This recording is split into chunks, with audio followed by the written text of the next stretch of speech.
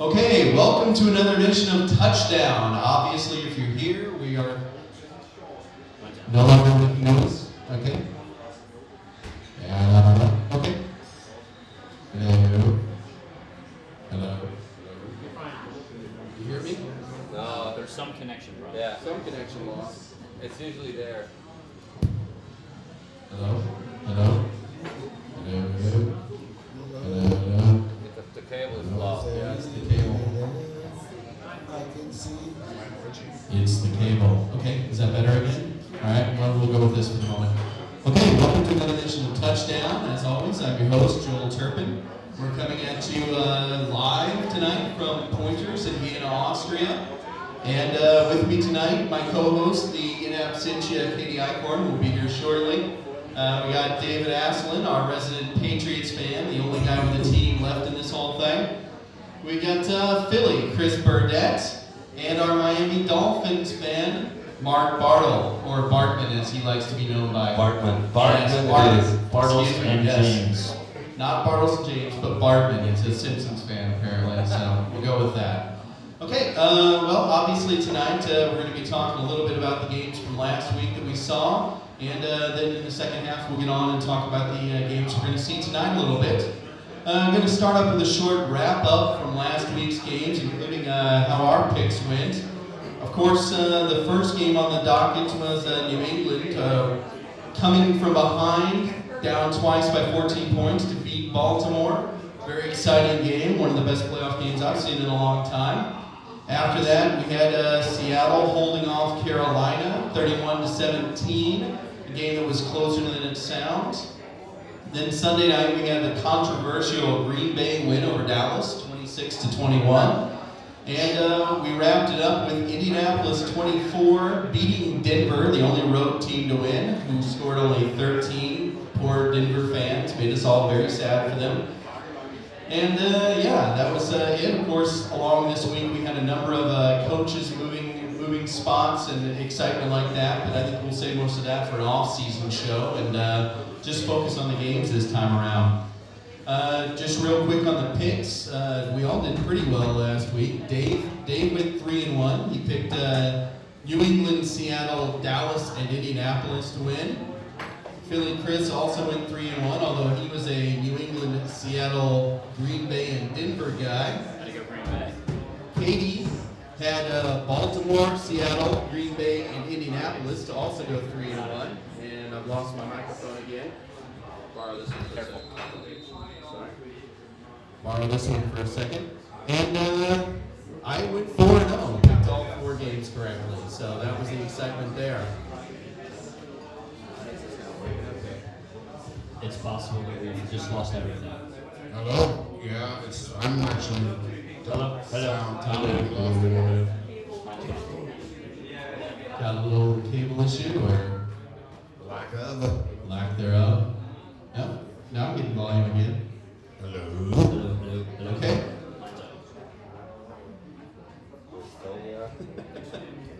Okay, I'm totally out too. Alright. Yeah. Chicken, No, check so it must be- yourself before you check yourself, son. Have to talk really loud. Let's talk really loud, yeah? Guys, can you hear us back there? My microphone works. No, that's fine, man. No, we can talk really loud, that's cool. For the moment, let's just go with the talking really loud option. Yeah. All right. So that was the week that was, and Dave is going to kick off talking about last week a little more in depth with the Baltimore-New England game. Dave?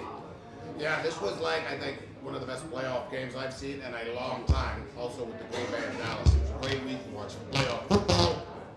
Just talk loud, ignore the microphone. Let's talk like so like my ex-wife. Patriots won this game. This is a one-dimensional game played by the one and only Tom Brady. And probably Aaron Rodgers, but the only 2 quarterbacks in the league that could probably do this right now. Brady was all Brady with no running game whatsoever. A total of 16 yards, and 4 of those were by Tom Brady himself running in for a touchdown. Total of 13 attempts for 14 yards. And kudos and hats off go to the Ravens defense for stopping the run. I must say they had a great game plan. So did they stop the run, or did Oh, they they just stop absolutely, we running? had no run. We had absolutely no run. Brady had the longest run of the game, so that says numbers. Brady's numbers actually speak for themselves. He was 33 for 50 for 367 yards, 3 TDs, did throw a block interception just before the beginning of the first half. This is the first team in playoff history to come back from not one, but 2 times a 14-point deficit to win a playoff game and to pull off an amazing victory. Brady distributed the ball to 7 different receivers in this game, including the rarely used third-string tight end, and bear with me on this name, it's the longest name in football, tight end Michael Humanawanu. Give or take a Wanu. Are we sure we got that pronounced correctly? We call him Michael H in New England. Anyways, this just goes to show you how many tricks Belichick can pull out of his proverbial bag. The guy's an absolute genius when it comes to prepping himself for opponents, and this is no Spygate number 2. As far as Belichick's trickery goes, it was despite Harbaug's ranting and raving, and as we can see behind us, and his whining, he actually got a technical foul on this play for running out on the field. That's basketball, sir. Technical fouls. He got something of it. Well, it was actually Harbaugh. He wanted to create that foul. He wanted the flag to talk to the referees. So That was his intention. as you will notice on the screen behind me, this is the play they were talking about. They were talking about, as far as this afternoon, they're still talking about this play. Lining up an illegible receiver. We'll talk about this later. But this just goes to show me that, shows you that the coaching from Belichick makes all the difference. And Baltimore, in my opinion, was simply outcoached in the end. Chris? Rick, just a quick question for you, Dave, though. Where exactly did this information, where did he come up with some of his genius plays for this week is my question. I think they use this play a couple times during the year. It's a college football play, actually, and it is legal in NFL, and nobody's ever used it before in a playoff game except for the Patriots, and he called Chip Kelly, head coach of the Philadelphia Eagles. Thank you very much. Okay, yeah. Well, I guess what we're going to do now is just talk as a panel for just a moment about the genius that is Bill Belichick, as Dave likes to say. Only from the angle of being such a controversial coach. Really, from his days coaching defense under the legendary Bill Parcells to his time in Cleveland to his strange exit from the Jets to the Patriots, Bill was very well known even before becoming one of the most successful head coaches in NFL history. Then, of course, came the fast rise to success. 3 Super Bowls in 4 seasons. Had a bit of a drop-off there, which, of course, for other coaches might be career highlights. But, he still been to a couple more Super Bowls and had the nearly undefeated season on the resume. But then, of course, we got the controversy around him. Spygate, as Dave alluded to, the videotaping of other teams' practices, which some might say would tarnish his early Super Bowl wins. Last week, there was discussion around this play that Dave was talking about, this offensive play that they ran that I actually believe he lifted from the Alabama Crimson Tide. Not lifted, but it was consulted on, on that point in college, where a wideout lined up as an eligible receiver, but right alongside the offensive line as one of the linemen went wide. Now the rules say this is a fair play and this is okay. The question was, and the complaints that Baltimore had, were that they didn't have time to adjust, which is in the rule books now. They're supposed to be given that time, which is, of course, a direct result of all those hurry-up offenses that Sam Weish and the Cincinnati Bengals popularized in the 80s. So, the question is, what do we think about this? What's our take on Belichick's latest wrinkle of the rules? Well, maybe we should actually explain the way they played it so our Why don't audience you do that, understands what happened. Well, you see, I get up. The viewers don't see what I'm just doing, so I just look silly. But you see Marine circled right here, and he's reported as an ineligible receiver. Now that means he's not allowed to go further than 5 yards down the line of scrimmage. He is not allowed to touch the ball either. So, but what it did, it created confusion. You can see the 2 linebackers in the back there. They're not really sure what they're gonna do, because on the other side, Dave's favorite player, what is he called? Something H dot. He is an eligible receiver now, and he was exactly the guy who caught the ball. He just ran downfield and he caught the ball. Vereen just turned back and ran to Tom Brady, confused the defense totally. Can't add anything to that. All right, so I'm going to go with this whole controversy thing and who Bill Belichick is. I mean, let's be honest. Whether you agree with what he does or not, he's obviously a fantastic football coach. I mean, there's no question about it. 3 Super Bowls, championships, 2 other Super Bowls that he was in that they've lost to, you know, your worst nightmare is the New York Giants. But at the same time, if you're going to be that successful as a football coach, you're probably going to go about doing everything that you possibly can to be successful. And when you go through those processes, certain people aren't going to like you. It's just going to happen. And that's people that succeed in that level, that whether you're doing it in business, whether you're doing it in sports, athletics, it doesn't really matter. These things are going to happen.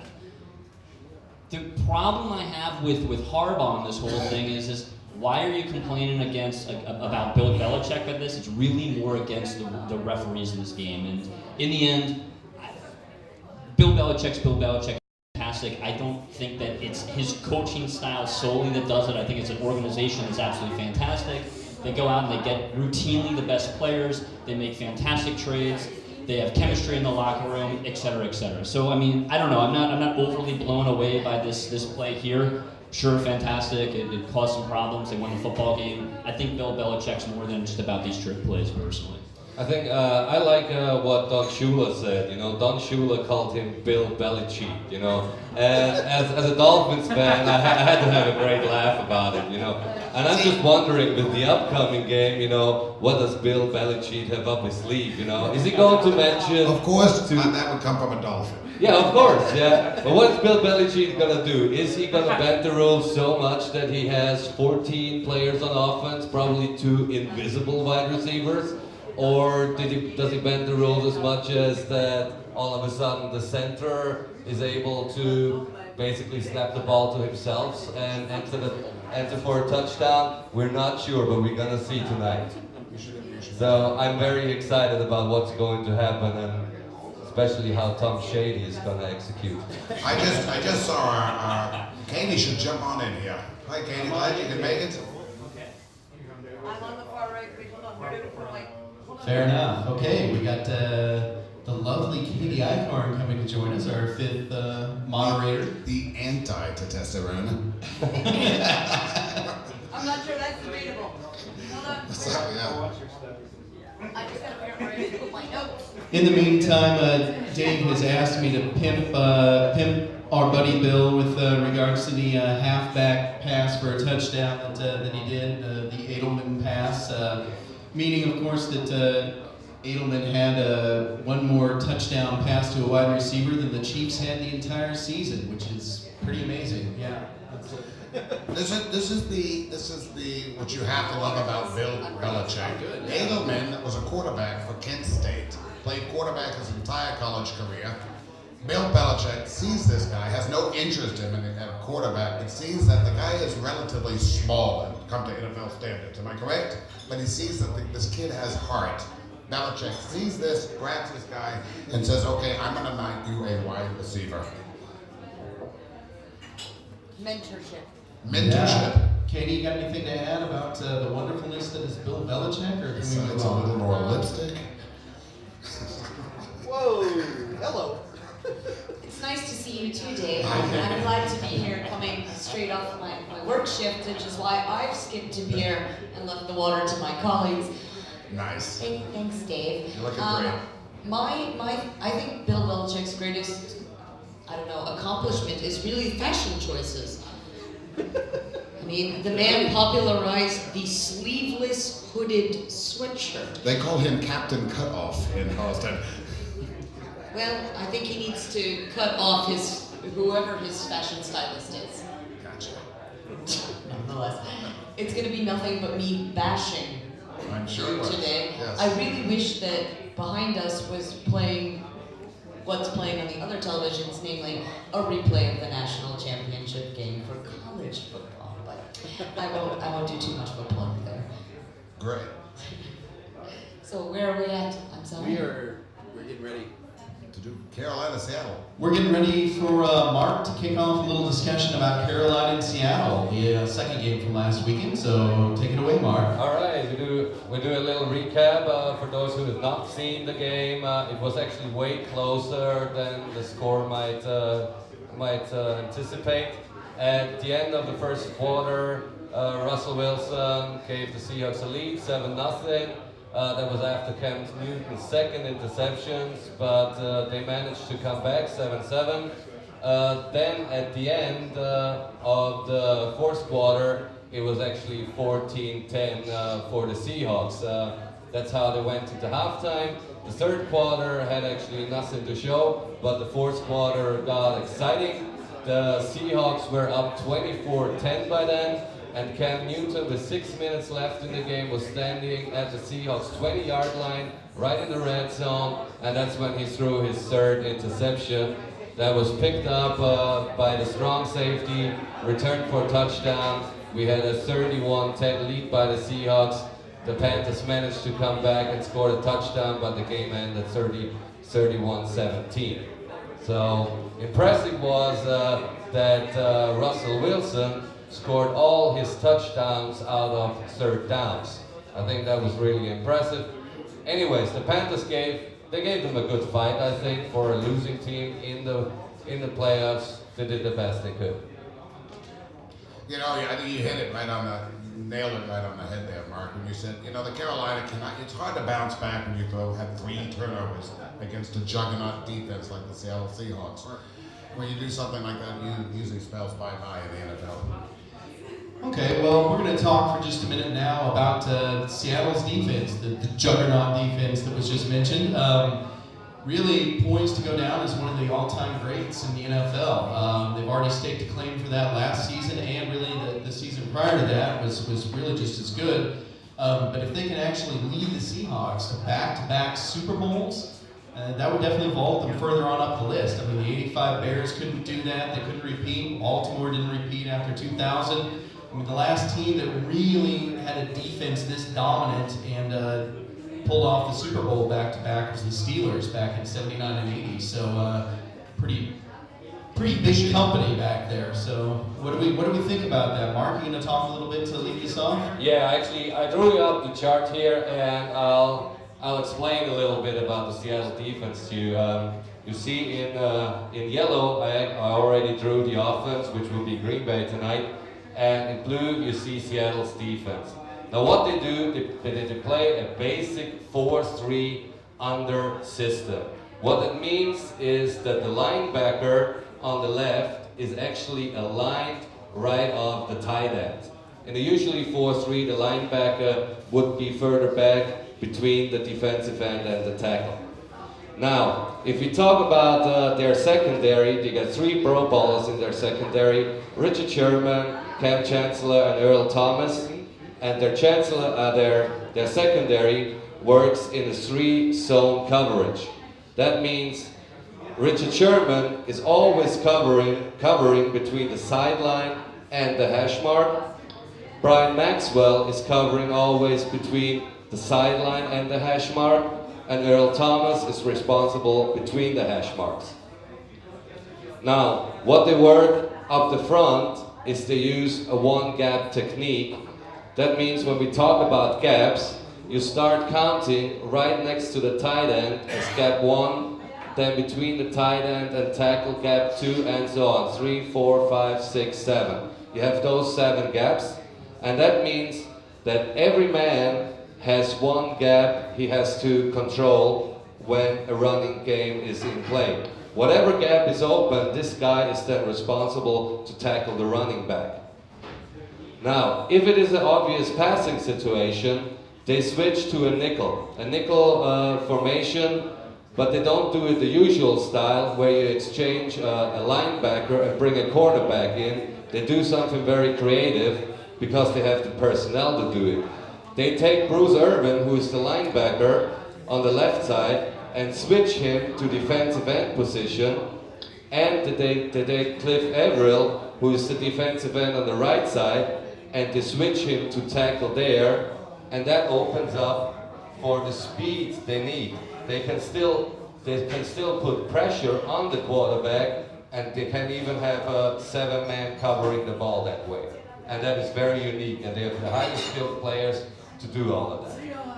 Very well, I think the Cleveland Browns are looking for a defensive coordinator, aren't they? I actually learned a lot from that speech right there. Yes, we might be looking for a defensive coordinator. Is there something that the Cleveland Browns aren't looking for? Are they set somewhere? No, they're not set anywhere. They're looking to not be sitting at home at this point in the season. That's the point. Fair enough. I think that's true of most of the panel up here. You know, I think Seattle, people were like, I even was like, you can go back and rewind the tapes. I says they're not even going to make the playoffs this year because we're looking at week 7 and week 8. They had some injuries in the secondary. But, you know, modern medicine, they all seem to come back in week 12 and start kicking ass again in the NFC West, and they took the division, which is a nice surprise. Yeah, I mean, what's impressive to me about Seattle is the era that they've done this in. I mean, if you look at the teams we were talking about, I mean, the 85 Bears or the Steelers, or the Purple People Eaters of Minnesota back in the day. I mean, those defenses were all in an era where there was a lot less offense overall, and so that it was just a different range that you were working on. Nowadays, you got to deal with the Aaron Rodgers throwing for a 500 million yards, and you've got to deal with Drew Brees and Tom Brady and all these quarterbacks putting up amazing numbers. There's some other guy out in what's that city? Yeah, somewhere in the mountains. I don't remember. Some quarterback that's out of the playoffs again, and just thought I'd mention that. Yeah, Mr. Peyton Manning. I love it. Anyway, yeah, you've got to deal with just a wide variety of improvements and changes in schemes that have changed the game, and it's not the same game that the Steelers had to deal with in the 70s. And you've also got the free agent era and just shorter contracts to deal with. So the fact that Seattle is putting together this defensive run nowadays just is that much more impressive to me. But it's also interesting from a standpoint of the fact that they brought in Pete Carroll, obviously from your University of Southern California. It's not my university. Oh, sorry. So Ohio State is there. But anyway, you brought in a defensive mind. He actually had not so much success in the NFL before he actually went to USC, dominated there, but he's a defensive guy. And if I look about what they've able to actually do there, and I think about some of the other teams that have gone in other directions, such as the Chicago Bears kind of trying to defend themselves or push themselves away from the defensive side of things and go into the offensive side of things and just absolutely fail miserably. The fact that you're able to get in a defensive coach like that and really focus on the defense is obviously what they've done. They've done it well. Pete Carroll, kudos to him, although maybe not necessarily the most liked guy on the planet. Yeah, they just, Seattle, if you look back the entire season, they don't put up the big numbers, they put up the big wins. And that's the defense that usually does it for them. Okay. We're going to move on from this to the Dallas-Green Bay game, which I guess Philly Chris is going to take point on. Yes, I'm actually very thankful. Our director Tom has moved from his Seattle shirt to his Cowboys shirt. So Yeah, I'm very thankful actually that I can cover this game because of the fact that the Cowboys actually lost this football game. What's there to say? I mean, listen, anytime a team goes into the frozen tundra of Lambeau Field, you got a lot of fans, cheeseheads that are pulling behind your team. It was a nail biter from the beginning. It was a dogfight up and down for quite a long time. I didn't know which direction we were going to go for. In the end, Aaron Rodgers' health obviously was questionable the entire week. How was he going to play? How mobile would he be, etc. In the end, I think he was not as mobile as he probably would have been otherwise. As far as a quarterback who puts up as many yards as he does, he's actually quite mobile. I think a lot of people don't probably think that much about that. But really, in the end, this football game will be remembered with one thing and one thing only, and that is the catch. Or the lack thereof catch, actually. Yeah. And I mean, listen, the football game itself, Green Bay comes out right at the very beginning, first possession, score a touchdown, Boom. followed by two back-to-back touchdowns by the Dallas Cowboys, and then from the middle of the second quarter to the middle of the fourth quarter, the Dallas Cowboys are winning the football game. Now, I come from Philadelphia, and as an Eagles fan, I am born to hate the Dallas Cowboys. So now, before you know it, I'm nervous. I'm going through depression. I'm using foul language, etc., etc. And on top of it, I'm watching the football game with two Dallas Cowboys supporters. One, this moron right here. I'm not a Dallas Cowboys supporter. You were pulling for the It's Dallas okay, yeah, Cowboys in it's that on my football page, game, yeah. bro. Yeah. And Katie's sister-in-law, actually. But Only because she's a Bears fan. yeah, I was a Bears fan. And was cheering against the Pack. Exactly. But anyway, before you know it, Aaron Rodgers starts driving down the field. They score back-to-back touchdowns, starting at the end of the third quarter. Beginning of the fourth quarter, they score the touchdown. With 9 minutes and 10 seconds left in the football game, they go ahead 26-21. Dallas gets the ball back. They're driving down the field. Before you know it, they're at the 32-yard line of the Green Bay Packers. It's 4th and 2. There's 4 minutes and 42 seconds on the clock. The question is, what's going to happen? Well, of course they go for it. They're down by 5 points, so they go for it. But I'm sitting there thinking, what are they going to do? They're going to run the ball? They got the best back in football. You give it to DeMarco Murray and have him punch it through the line? Option. Do you maybe dump it off, just making sure that one of the receivers or tight ends gets past the first down marker and you know get a first down there? Or do you go to your all-pro wideout Des Bryant? And in the end, they decide to go for the all-pro wideout Des Bryant.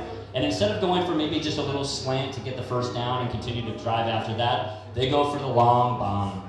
Ball's up in the air, anybody's ball, but in the end, Des Bryant, the man 6'2", absolute fierce, jumps up and makes one of the most remarkable athletic catches that I've ever seen in my entire life, which is there. Goes down, they call it a catch, he's down on the 1 yard line, and now I'm devastated once again. However, the modern miracles of modern replay, they decide to go and actually challenge the football, the call on the field, and after some time, and most of us actually thought that the call was actually going to stand, we find out later on that they overturned the call. We'll talk a little bit more about that, but in the end, yeah, I mean, obviously that was really the call that was there, and that was really what it was dramatic at the end. And in the end, Green Bay ends up getting the football back, and hey, listen, kudos to those guys that convert 2 third downs. There's still 4 minutes and 42 seconds or 4 minutes and 40 seconds left on the clock at that point. Plenty of time to go ahead and get the ball back if you're the Dallas Cowboys. And thankfully, that didn't happen, and Green Bay won the football game. So, yeah. Yeah, I mean, as you can see up here on the replay, you know, it is kind of what they call a circus catch, kind of a crazy catch, and you know, he makes it up high, and he takes 2 steps while kind of falling forward the whole time. He appears to extend his arm towards the end zone, and it's only at that point, as the ball kind of hits the ground, that it pops loose. You know, for most of the NFL's nearly 90 seasons, that would have been a catch. There wouldn't have been any question, and that's not even talking about the fact that the replay wasn't around. It just would have been a catch even with replay. Nowadays, though, with the continuation rules that they put into place in recent seasons, the Calvin Johnson rule, so to speak. Calvin Johnson rule. That was in effect, and what was called a catch in real time was overturned as an incompletion. That kind of sealed the win for Green Bay over the Cowboys. So, you know, at the time, I think I was the only one that thought that was going to be overturned, or at least stood a good chance of it as I was watching the replay. Not because I disagree. I prefer the NFL where that was a catch than I do to the rule as it stands nowadays, but I've just seen a lot of the calls of what I previously would have thought was a catch go the other way in recent years, and something that seems like it's well after the play happens, and they're like, nope, that was still part of the same play. So it didn't particularly blow my mind when they overturned it. I think where our anger needs to lie is rather that there's fundamentally something flawed in the new rules, as opposed to we all were kind of shocked and outraged, and I agree with you that going back to something a little more fundamental, I actually read a really great SI article about this that stated the entire paragraph that outlines this, that turned this otherwise normal article into a 5-page article because of how many stipulations there are involved in this continuation and blah, blah, blah. and they've actually made, with going so into detail in the NFL books, it's more ambiguous with this concept of control, and does he have irrefutable possession and control, and that puts a lot more, a lot more responsibility on the referees, and also, even though they have playback, they've got a lot more leeway in terms of making subjective calls as opposed to objective calls, and I think our anger, if you had any, needs to be turned towards the NFL rulebook and not towards any referees, because their call, as it stood, perfectly outlines the call or the rules given in the NFL playbook. Well, I have to agree with Joel on this. I've seen catches like this all season where it has been ruled a completed catch. All that being said, this is the playoffs, and catches like this during the playoffs with 4 minutes and 6 seconds left in the game are subject to debate, and that's what we saw. I actually thought during this discussion they were discussing where they should place the ball. Is it on the 1 yard line? Is it on the half-yard line? But I was actually sitting there in shock when they said, no, he did not catch the ball. But this is playoff football, and can't put it, like Katie said, can't put it on the referee. They need to go back and do a little erase and rewind. Well, I think the interesting thing about this, just to rub it in, is according to the NFL rules, yes, okay, he didn't come down with the ball. He actually lost at the end. He lost possession. Yeah, but down by contact. If you take a close look at it, he had the ball on his underarm, but lying on his arm as he's touching the ground. That's when he's losing the ball. Okay? The thing is, he rolls over then and actually catches it again in the end zone. The big question is there, and we don't have that replay, did the ball ever touch the ground? Because no, it didn't, and that is my thing where I say, well, possession, he never had fully possession, but he ended up having fully possession. It's like if I jump in the air and like you just don't I toggle with the ball, but in the end I come up with it, then I have possession. And the ball is only dead when it touches the ground. Well, I think you're bringing up a different issue now in the NFL with, okay, you can reverse a call, but if no call is made, then, arguably you could have said that should have been a touchdown. That the call was made as a catch. Yeah, well, not only that he would have had a touchdown at that point in time, and because there's a lack of call, you can't reverse a non-call. And I think that's something that's being discussed a lot, or said, well, shouldn't it have been if he bobbles it, recovers it, never touches the ground, and ends up in the end zone with it, that should be a TD. I know, but that cannot be reversed. Yeah, but I think, it wouldn't have been a reversal if you wanted to argue that it's a touchdown. Then there's no call to argue against, and that's a fundamental problem with all reversals. touchdowns are reviewed anyway, so. But not non-touchdown. But not non-touchdown. Sorry, that always annoys me. It's like, if they score, then it's automatically reviewed, but if he gets stopped if they call it 1 inch short and it really should have been a touchdown, then it's not automatically reviewed. And if it's, somebody is out of timeouts and they're out of challenges, then they can't.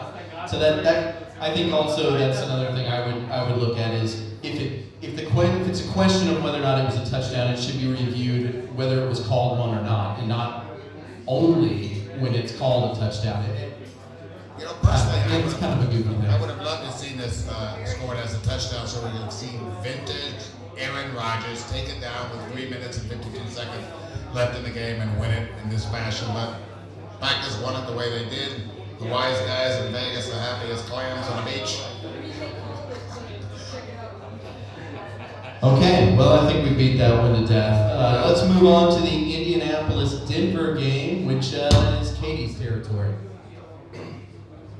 So I raised the question last week whether young Grasshopper could usurp his master, as it were. So whether Indianapolis could knock off its previous quarterback in Peyton Manning, the answer is yes, they can.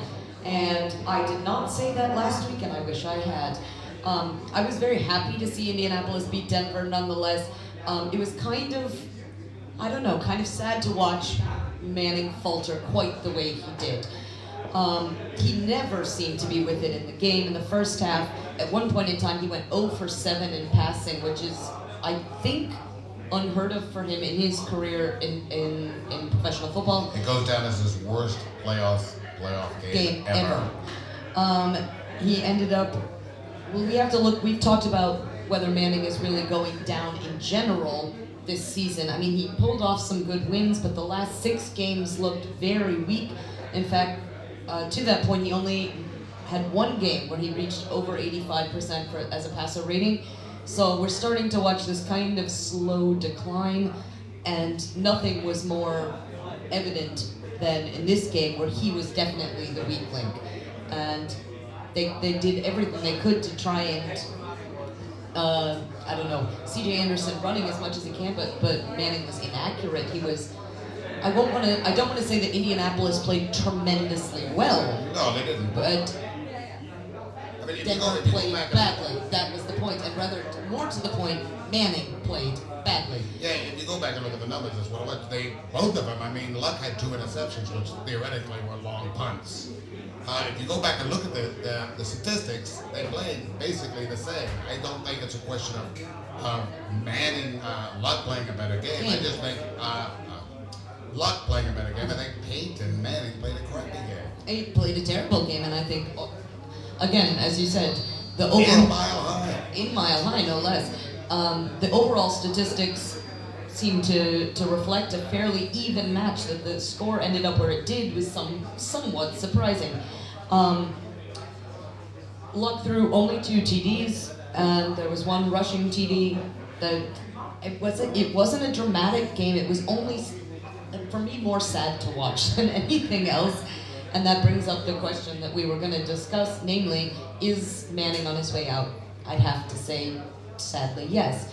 It would be a sad kind of decline to his career, having lost horrifyingly last year, then followed by this exit. Ugh, it's painful. I will rep Manning later in the show for a very memorable game that Dave is trying hard to forget. I'll give him some of my beer to help. But you got to look at Manning in Denver, 38-10 in the regular season, 2-3 in the playoffs. This isn't his place. No, it This isn't. is just. I wish he could go out on a better note, but I think this might be the end of it. One Anybody and else? done. Look it up on Google. One and done. Peyton Manning.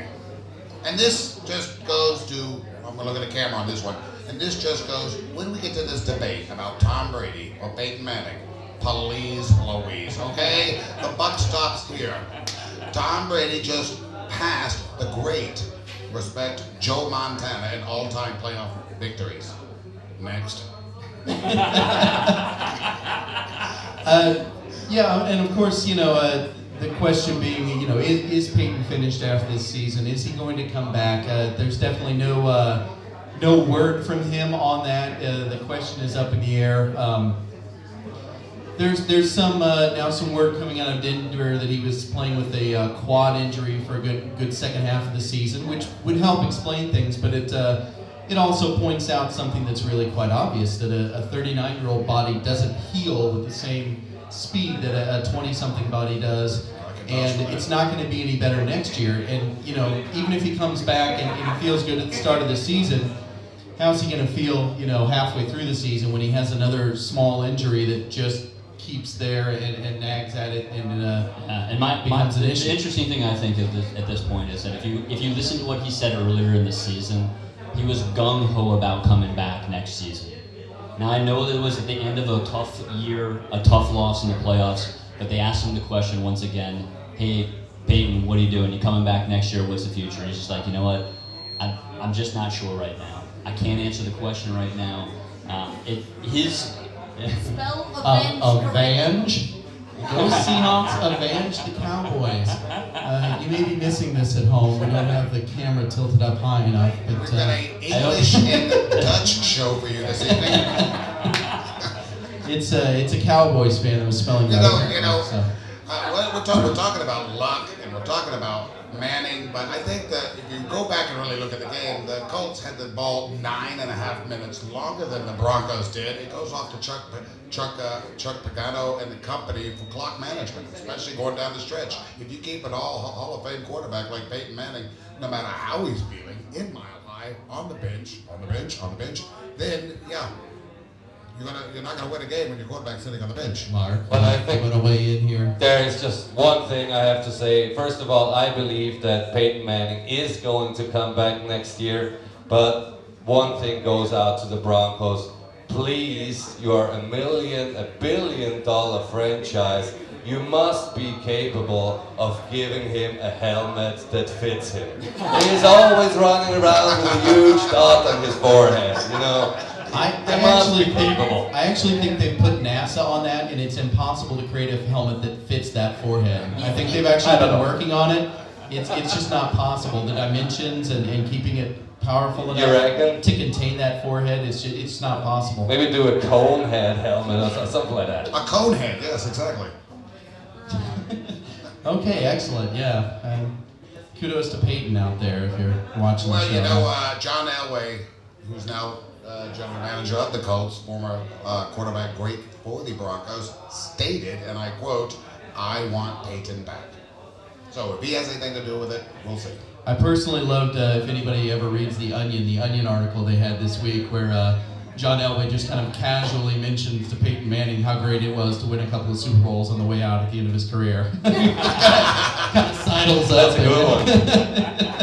Yeah, it was really cool, Peyton. I just thought you'd want to know that. You know. Yeah, nudge, nudge. Okay, yeah, we're gonna take just a minute here and change it up a little bit. Talk a little bit about some local interest. And just talk about fan interest in Austria and Europe. What teams are followed and why. It's just something that we've talked about in the past amongst ourselves and never really brought up on the show. And it's kind of interesting for the people that watch this back home occasionally. And it's interesting. I mean, I pay fairly close attention to the fans here in Austria and always notice, especially if somebody's going so far as to purchase gear, if they're wearing, a jersey or a hat or something, it stands out. And, there are a few here and there for pretty much every team. I mean, I know a couple of Chiefs fans, a couple, literally two. Here or in Kansas City? No, here. In Kansas City, we're all sorts of gaga for that. But then again, we're not really very sober come Sunday, so who knows. I've seen a Browns fan, I've seen a Redskins fan. There's a few. Yeah, of course. Yeah, so there's a few here and there. They wear the gear. You see them when we have the big events or whatever, the Austrian League or the European League plays. You see a few people wearing a little bit of everything. There's a few other teams that are kind of at that next tier. You get the Steelers, the Bears, the 49ers. Those all kind of have, 5 or 6 fans, showing up. It's not just one, but there's a small grouping scattered throughout the crowd. And then you've got that upper tier, and really what I've seen here, it's 2 teams. It's the Packers and the Patriots. And those teams are just unreasonably well represented here amongst the local football lovers. And that's great. I totally understand everybody's got to pick a team, so might as well be the Patriots, I guess. Well, So anyway, we were just going to discuss that for a moment. And if they don't love the Patriots, for example, then they tend to maybe go the other way and say they can't stand them. So just curious what the panel thinks about that, and if they've had the same experience or something different. I totally understand people liking Green Bay. They have a long history. They won a Super Bowl in 2006. They won a couple before that. I totally understand that. Just for the history plays, they have cool cheeseheads. That everything is fine with that. Me as a Dolphins fan, I have to dislike the Patriots. Yeah, it's just I cannot like the Patriots. And I actually have a funny question. If you could just raise your hand. Who likes the Patriots here in this crowd? Okay, we have 2. Who dislikes the Patriots? Okay, so we have 3. We have 3 that dislike the Majority Patriots wins. just in the crowd. So the funny thing would be, to if you can just shout it in, why do you dislike the Patriots? One after the other. Nikki, why do you dislike the Patriots? Okay, that They change. it doesn't take a reason to dislike the Patriots. You just Amen. dislike the Patriots. Hello. My mind dislikes the Patriots. You know, As well it should. I like the Patriots. You know, I grew up in New England, and I was there during the lean times. So no fair weather fan or anything like that. But I think, you know, and I also like the fact that, you know, that Tom Brady is taking care of my children right at the moment. And other than that, I mean, you know, the Patriots have a long history. They came and they bought. When Robert Kraft came in and took the team over, he did this for his now deceased, his late wife. But I see it here in Austria, and I don't. This sounds a little negative. I think it's kind of a fair weather fan sort of thing. In the I last wouldn't 10 say or fair 12, weather, but bandwagon. yeah, they kind of joined on the band. In the last 10 or 12 years, football has just taken off here in Austria. And who do you see winning Super Bowls? Who do you see in the playoffs? Yeah, the Patriots. Down again. The rest Hello. Oh, I'm sorry. And not to mention that they have really Everything's fun back. uniforms. But I think I always equate the Patriots to kind of the Yankees of the NFL. Yeah, Either exactly. you love them or you hate them. Bingo. And I said I also very much dislike the amount of Yankees apparel you can see. Well, I'm a Red Sox fan. So. Yeah, I know. A lot of Yankees apparel that you can see. You buy American sports gear that's got some kind of street cred thing going on. More often than not, it's baseball caps and often Yankees. But now I think the Patriots have kind of stepped up into that role. And the one thing I respect, though, about anybody that buys American football gear is that they rarely buy it without knowing at least a little something about the game. If I walked up to any of these thug life kids on Maria Hilferstrasse representing the hood, wearing a Yankees cap, and I said, name me a Yankees player. Okay, can you go for 2? Let's make it 3. Nah, not a chance. I'd be lucky to get the 1. I've heard Mr. Marilyn Monroe. Ah. Okay, very good. You've met smarter thug life kids than I have, Well, I but teach some of them. nonetheless, I think what impresses me so much about the way things have changed. I've been in Austria for 10 years. I could barely find a place to show a single game when I first moved here, and internet being a bit of a slower thing back then, to stream a game was nearly impossible. I think I might have still had dial-up in my old apartment. I'm not sure. What is that? Yeah, I just signed into AOL to watch a game. You didn't know what was going on, and I think I'm just so impressed and excited to see the number of kids, young kids I know, families I know, that are starting their kids with football, my football, instead of the generally accepted football of Austria. In general, it's a really exciting time and a change, and Austria being exceptionally good within European professional football, it's a fun place to be and an exciting time to watch. I mean, we were talking about it earlier with some people, and I've heard from various Patriots fans over the years, and I totally get it. I mean, if I was watching a new sport for the first time, you're gonna be interested in the teams that are on TV. You're gonna be interested in the teams that are being talked about. Of course, the Patriots in the early 2000s had a good story around them. I mean, with Belichick and Brady, and they weren't really the favorites in those days. They kept winning, but they didn't really become the favorites until about the time they stopped winning Super Bowls. Prior to that time, everyone kind of assumed they were just getting lucky, and the Colts were going to finally come around and be the dominant team of the decade. It just never really happened. But no, seriously, that's the way we felt back home. Seriously. Yeah. So I totally understand if somebody just started watching football and they picked the Patriots as the team to like, because that's the team that's on all the time, and you aren't just. It's always a little more interesting to hear why somebody would have picked a team like Cleveland or Kansas City or Miami. Usually there's something a little more specific, like they happen to go and be in that city or something like that. But yeah, it's perfectly reasonable, and yet it's always interesting to hear why somebody from the local set has chosen one team or another. You marry into it as well. Yeah, poor thing. Poor thing. Yeah. A Browns fan by marriage. That's It's not That's- really much yeah. of a dowry. no, that's tough. Okay, how we doing, guys? Do you want to take a break or Yeah, soldier probably. through? Probably a break. I'd just like to tell our crowd what Tom put up here. If you're not familiar with Cam Chancellor, he is the strong safety of the Seattle Seahawks. And in the game earlier I mentioned where they played the Panthers, it went down in the second half.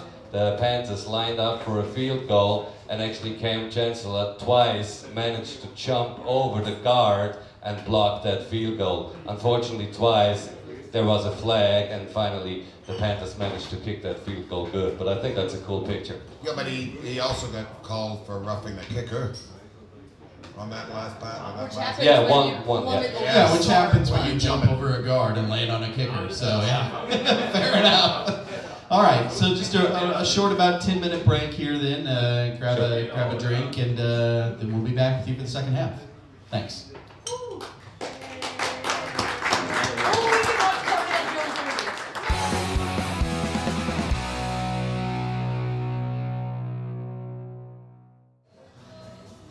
I would say. I'm just going to go ahead and start, and Katie will be late as usual. Okay. I think I just got the universal sign for sit and spin over there. Yeah, I think that was what that is. Okay, we're back. Second half, a touchdown. We're going to try to bang this out as quickly as possible. That's what he said. Okay, and we're going to talk real quick about the upcoming games. Up first is going to be the NFC game tonight, the NFC Championship game. The Packers coming into Seattle, mirroring the NFL's kickoff game from the start of the season, which Seattle won quite handily, of course. Since then, though, Green Bay's defense has gotten better, but so has Seattle's. The Seahawks are prohibitive favorites for a number of reasons, not the least of which is Aaron Rodgers' questionable health, as he was hobbling around all last week and is basically stuck in the pocket, which kills quite a bit of his effectiveness. Can the Packers overcome the crowd and upset the defending champs? We're going to first let Mark talk a little bit about what Green Bay needs to do to win the game. All right, I go back to my chart here, and this time I actually take the fancy umbrella to explain you a couple of things. Okay, I explained already the basic defensive scheme of the. As I mentioned early on, they play a one-gap system. So that means the linebacker here is responsible to take all the outside runs, and right next to the tight end, that's his gap. The defensive end's gap is right here. The middle linebacker takes the gap here, the tackle here.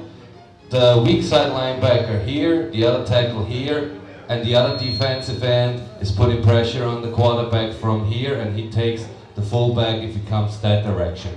Now, as I said, it's a one-gap system. The problem is, and that's what the Packers need to do, they need to run the ball a lot. So everything will be, or a power load will be on Eddie Lacy. Why? Because if you break one tackle here, you're basically in the secondary at least, if not in the end zone. What you have as well, these zones here, they are their vulnerability. The tight end can come out, but since the strong safety is lined up pretty much in the front, he always covers the tight end man to man. And I don't think they have a chance there. What Rodgers needs to do there, what they didn't do in week 1, Rodgers always went away from Sherman. He didn't put a single pass out to Richard Sherman. What they did, they had Jordy Nelson play on the left side here, and they put Randall Cobb here, and Cobb, I don't think he had one caught ball in the entire game. And that needs to change because they basically split the field into half, and they only passed in that section of the field. And yeah, the biggest vulnerability for the Seahawks is that zone play and the run. So what I drew here is that's exactly how the Packers should actually play. Because if they have a halfback and a fullback, they can control the defensive end and protect Rodgers, and they can have them running out in in short plays to catch the ball here and catch the ball here, or have the wide receivers coming in behind the defensive ends who will try to put pressure on Rodgers, and then we have an open zone right here. Now the question is as well, Aaron Rodgers and his calf. The entire last game, they only played out of a shotgun position where Rodgers is lying quite far back behind his center and not right after his center, just to give him time that he doesn't have to move that much. If that helps or not, we will see. But I think that is the scheme they need to play, and that is their way to success. And I think they can actually do it. Eddie Lacy will be the key in that game. It's also worth noting here in that first matchup, Eddie Lacy went out fairly early with a concussion, if I remember right. He was injured early on, and then their running game, was basically down to James Starks, who's not terribly effective over the years. So it's hard to say. No, yeah. It was a stark contrast, you might say. Yes, between the original. Yeah. Fantastic. Yeah. So that right there is one little wrinkle that we're going to see differently today. Chris, what does Seattle need to do to win the game? Seattle actually has done everything that they need to do already to win this football game. Every game in the postseason, during the post-game interviews, the reporters ask Marshawn Lynch a series of extremely complicated questions. Yeah? For example, Marshawn, can you tell us a little bit about that run that you had where you broke through? Yeah. Marshawn, what song did you listen to on the way over to the game today? Yeah. Yeah. Then it was Marshawn. The next game was Marshawn. Your stomach wasn't feeling too well at the beginning of the game. You sat out at the beginning. Can you tell us a little bit about that? How did it play? How did it end up paying for you? I'm thankful. And a bunch of other questions. Thanks for asking. So at this point, we've gone through the 3 different variations. The interviews are absolutely fantastic. Marshawn Lynch is an absolute beast. On a more realistic side of things, Mark's the technician here. From my side of things, if we think about really what's happening here, it's the defense. I think in the end, the Seattle defense is a bit too fast. We've already talked about the fact that Aaron Rodgers is a bit less mobile maybe than he normally is. They're number 1 against the pass. They're number 3 against the run. They're the fewest points in the NFL as far as points allowed in the games. From my side of things, listen, you stick with it. You keep bringing the pressure on the quarterback. You keep trying to rough him up. Make him get rid of the ball fast. More pressure, and that's it. I think there's one more thing I like to add.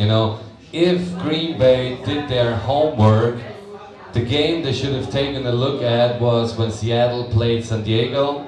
San Diego lost 28-31, but what San Diego did so cleverly, they actually passed on first down, where Seattle is usually lined up to rather stop the run, and then they ran on second down, where they attempt the passing play. So what I'd like to see for Green Bay to win tonight, I'd like to see them to pass on first downs and then run on second downs. That might be another key for them to win the game. Yeah, I think the secret in this game is you need to stop the running game right away with Marshall Lynch. He's an absolute beast and the ultimate nemesis for any team in the NFL that's got to play him. All that being said, then you got the quarterback Russell Wilson, who could easily trot off for 10, 15 yards every time he got the ball. I think if they can contain the quarterback, stop the run early in the game, Aaron Rodgers and the Green Bay Packers stand a pretty good chance of winning this game. I'm not too sold on this injury from Aaron Rodgers. I watched the game last week. He seemed to be playing all right from where I was sitting. I think, I don't think he's 100%, although he was playing well. Yeah, You could tell reality, he didn't take the risks that he normally would, and I think that was telling because that game was so close. I think had he been at full health, Green Bay could have run away with it. Well, I disagree. Okay, there. maybe not run away with it, but had a more substantial lead and or chance than they did to really not lose or win on a somewhat controversial call. They made it come out in the end, but I think You know, that's- Rodgers isn't at full health, but I don't know where he is now. Maybe that's an entirely a political / media tactic. Yeah, but that's the beauty of Aaron Rodgers. You pick any particular game, one he's scrambling all day, and the next Sunday he's in the pocket the entire game. So I think if anyone can go in and beat, I actually chose Dallas last week because Dallas actually went into Seattle and won this week. But I think if it's Aaron Rodgers. He's probably the #1 quarterback playing in the NFL, next to Tom Brady. And Tony Romo was the #1 quarterback in the NFL. who? Oh yeah, Johnny Football. Mr. Romo. We call him Mr. Romo around these parts. Thank you. Okay, I just want to throw this out. If the people in the audience, anyone that's actually listening and paying attention, if you guys can each get a piece of paper, you've got to figure this out on your own. If you get a piece of paper, write down your name and your prediction for the score of the first game, the outcome. You've got to get the team right. You know, if you don't, you got to pick who's actually going to win. But if you can get whoever gets the closest score for the first game, if you stick around through the end, we'll buy you a beer. So you aren't going to get any better than that. I mean, it's a beer. So, and by we I mean Dave. Absolutely. Dave will buy you 2. I just heard. He raised the stakes. God, that was nice, Dave. Thank you so much. Thank you, I'm Dave. just gonna say what do you got a frog in your pocket? Okay, hit him up after the game. He's going to be so excited about New England and their upcoming victory that he's going to be easy pickings. Okay, we might have time to come back. I've got a good audience question I'd like to come back to, but I'm going to save that for the end, depending on if we've got enough time. And right now, I'm just going to move straight on to the AFC Championship game, the Colts at New England. This is a classic matchup from the early aughts. We were always seeing this game in the playoffs, only this time it's not Peyton Manning leading the Colts into New England. It's the guy that beat Peyton Manning. It's Andrew Luck leading the Colts into New England, and it's just going to be just as tough as ever for the Colts, though. I mean, all of the early question marks around the Pats seem to be answered in recent weeks. After they're being totally demolished at Arrowhead Stadium earlier this season, they've moved on and gotten better. Let me live that down. Right? No, hell no. That was our Super Bowl, obviously. Yes. So we're going to roll with that. Regular season wins. That's what Chiefs fans have to hang their hats on. Okay. So anyway, yeah, I mean, what's interesting to me is going to be to watch and see whether or not the Patriots' recently non-existent running game is going to return, or are we going to see the team that gnashed the Colts with Jonas Gray from earlier this season for 200 some odd yards, or are we going to see the team from last week that had 14 yards on 13 carries? And are the Colts going to pull off the road upset, or is Brady going to get another shot at tying Joe Montana's 4 rings? Katie, what does Indianapolis need to do to win this game?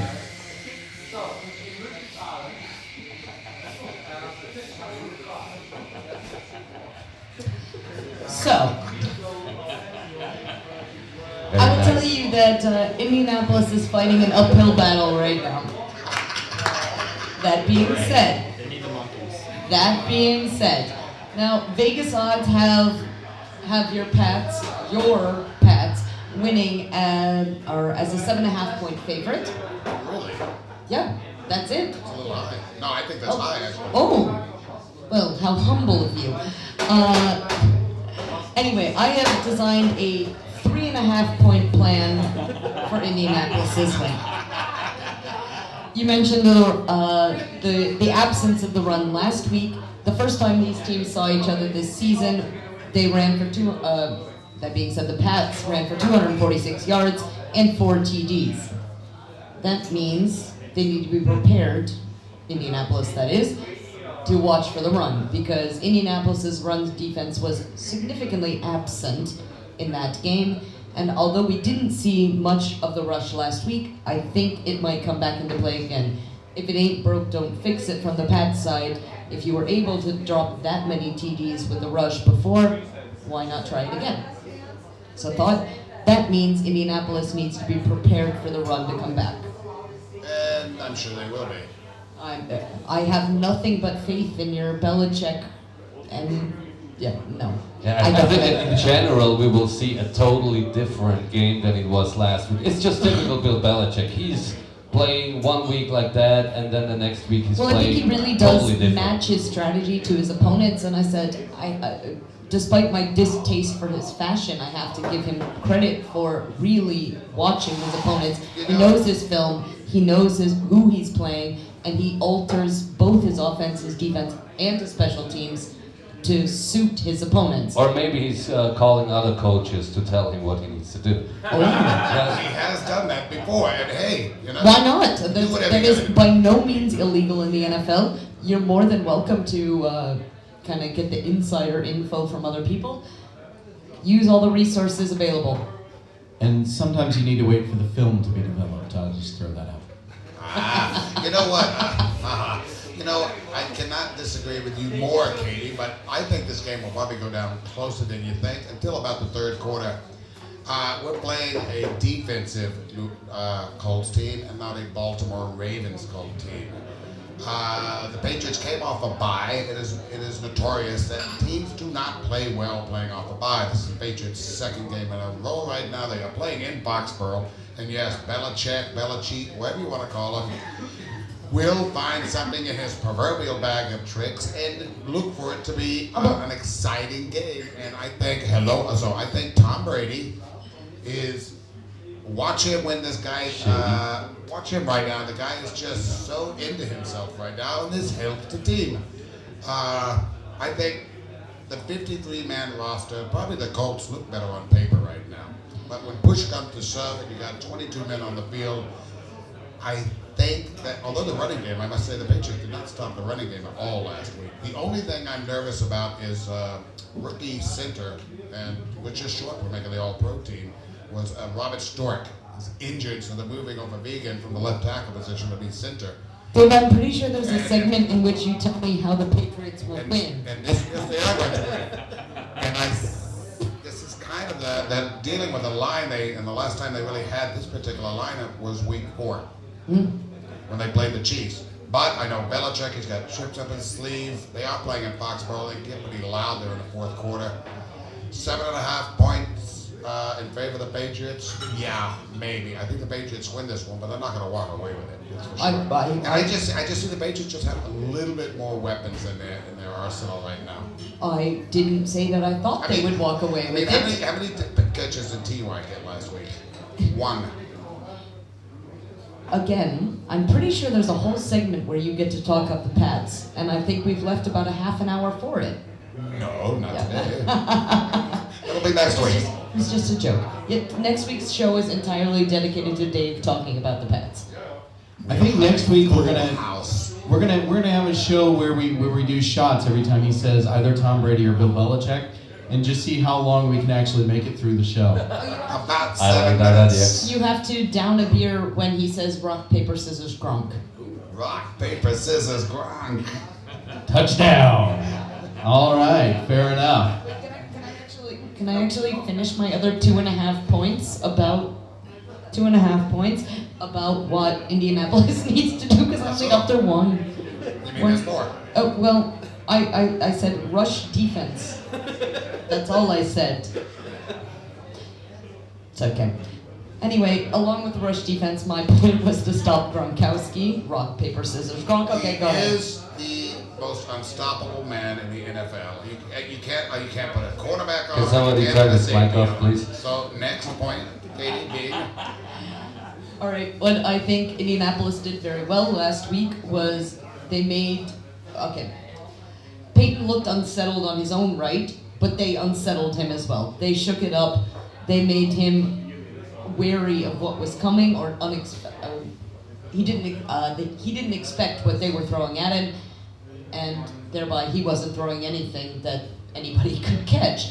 So I think if you could almost have an audible defense, much like they seemed to do last weekend, unsettling Brady, throwing him out of his rhythm, might help them. I'm not exactly sure in what way you could do that. I think if you put any pressure on Brady, then it could be be the Colts game all Well- the way. I'm not no doubt Well, about that. pressure on Brady is kind of a given as a winning point for stopping the Patriots, but the Patriots are not exactly unused to throwing things You do around know that themselves with the Bill offense. Belichick started his professional career as a Cleveland Brown. You know this, right? I'm fully aware of that. Okay. I'm not sure where you wanted to go with that. Well, you get this hate for the Patriots. I don't understand this. I spent a lot of time in the Northeast. Patriots fans are assholes. I'm sorry. That is true. That is true. Can we cut that? We don't need to cut that. Please keep that in. Anyway, my last two tips very quickly. Protect luck. That goes without saying. Try to minimize any options or any chance he has for turnovers. And actually, that was it. I put Gronk in with the first one, so I only had 3 points instead of. Dave, your rebuttal. Yeah, I can't add much to that, Katie. You're absolutely right. If they can start a running game, but this is not the Baltimore Ravens. This is the Colts. I think the Colts won last week because of clock management. I mean, you go back and look at that, almost 10 minutes more than the Broncos had. That goes to their coaching staff. You're not going to get this in New England. New England will, whether it's shades of gray or Sean Marie, they will establish a running. Shades of gray. Shades of gray, yes. Or Sean Marine. They will find an answer this week for the running game, and I'm sure my friend here will agree with me. Belichick will come out with a plan. If he's got to put Gronk as center and say he's an eligible receiver, they're going to find something and win this game. No love for LeGarrette Token of Blood? Yeah, if he stays, sober enough, I like Okay, fair enough. So, yes, that covers your how what the Patriots need to do to win is just stop all this stuff, basically. Now, I mean, they're playing at home. Protect Brady, establish run game early, and the rest is going to be history. We'll be reading about tomorrow in the paper. Okay, let's real quick. Let's get some picks in here, guys. What are we gonna do? It including score this week. So we're gonna go a little in depth. What do we got? I'll kick it off. I got Green Bay 21, Seattle 20. Minor upset. And New England 34, Indianapolis 20. So a couple of 20-point losers. That's my call. I'm also going to take Green Bay only because I want to piss our cameraman off. But I went with 24-20. Ooh, a little extra kick in the pants there. 24-20 Green Bay, and also just to piss Dave off, I'm going with 27-21 Indianapolis. Katie, that's fine, because you've been 500 all year, so you might as well just stick right to it. I got the Patriots winning 34-27. I think it's closer than people think. But I also got Green Bay winning in Seattle, 24-17. Yeah, so I go with. Packers. Did I say Patriots? No, you said Green Bay. Sorry, I said Green Bay. You got Packers at your The head. Patriots are good. The Green Bay Good play in Patriots. Seattle. Yes. Take a Learjet back home and They're be. gonna But win a game they're not even playing. oh, that's good. But not this week. So I have Seattle 28, Green Bay 10, Whoa! and I have Indianapolis 31, New England 24. Boy, you just let me catch up this week, aren't you? All right, my bold prediction. I got Green Bay 20, Seattle 17, but in overtime. And I got the Patriots at 31 and the Colts at 24. Well, and as we know, Mark historically gets one game right every week. So I'm curious which one it's Yeah, going one to be. game. That's right. Historically, Yeah. one right. Yeah. So yeah, by Super Bowl time, he's going to be a very good predictor. But it's, Yeah, true. Thank you, John. fair enough. Okay. We will collect the scores and we'll check those. In the meantime, we did have one question from the audience. We got a few minutes left here. Dave, our resident fan from England, our Patriots fan there from England, My assumption is that he likes the Patriots simply because they have the word England in their name somewhere. But I don't know if that's actually true or not. Anyway, he has a question about all this talk about a London team, which has been going around. And of course, there has been some discussion of whether or not there could eventually be a full-time team in London. And specifically, the Jacksonville Jaguars have been mentioned as a team that could eventually relocate across the pond to merry old England and become a franchise there. His question is, do we think, I guess it's twofold. A, do we think a team could work in London? And B, would a team such as the Jaguars, who has historically not been a winning team, would they be able to develop a fan base even if they're not a winning franchise over there? Thoughts on the panel on this particular question?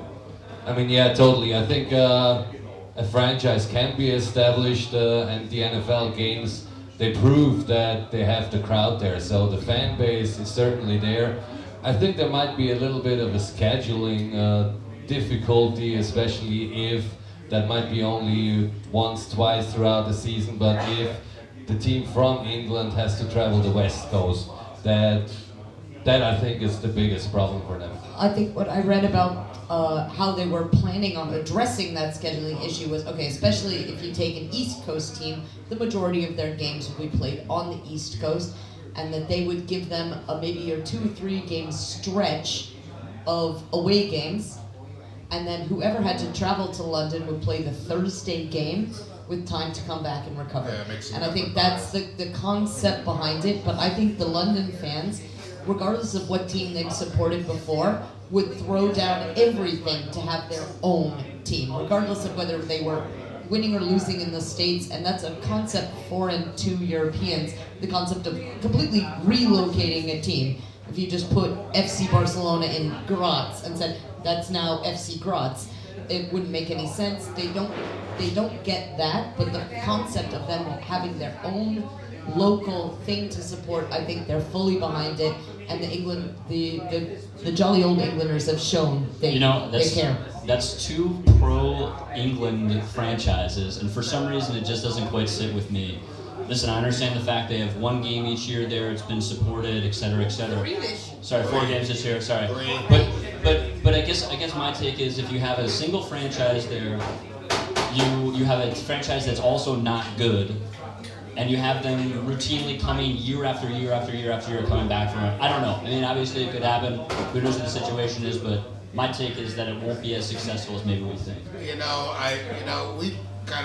touched on this a little bit at the beginning, how the popularity of American football has just, grown immensely in the past 10 years. I think the next step would be to have a team like in England, and like Katie said, they would be scheduled East Coast, so half of their teams are going to be, it's no different than Seattle traveling to Washington, D.C. to play, or the Jets traveling to San Diego or something like that. Jacksonville going to exactly, Seattle. and this is my point, and I think we will see it, because I think it's the next step for NFL Europe to bring more. It's, it's a money game, ladies and gentlemen.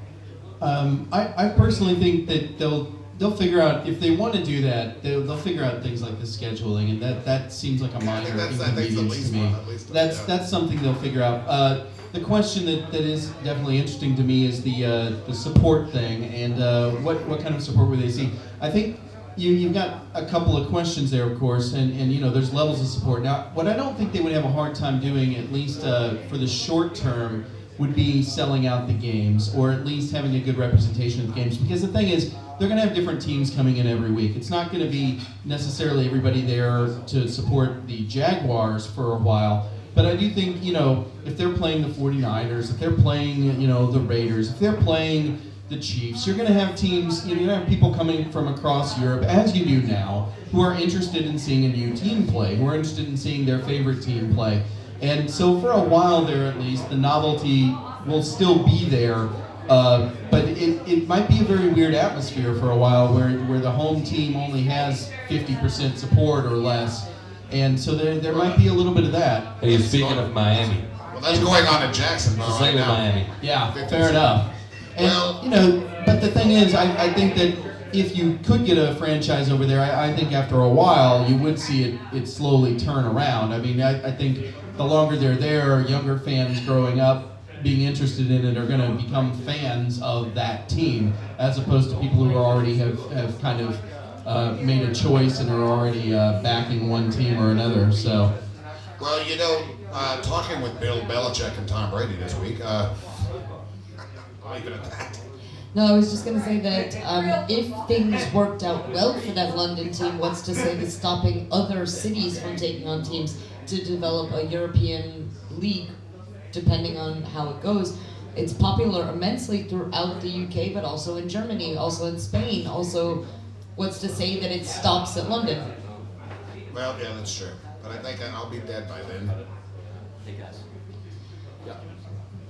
okay, well, we need to wrap it up here. I do have everybody's picks, so we'll take a look at these and figure out who Dave is going to buy beer for. And in the meantime, beers for, yeah, fair enough. In the meantime, I hope everybody enjoys the games as they play out here. And if you want to come around and talk to us about something in between the plays and in between the quarters, we'll be happy to chat a little football with you. So, have a good one. Bye. Bye-bye. Go Packers, go!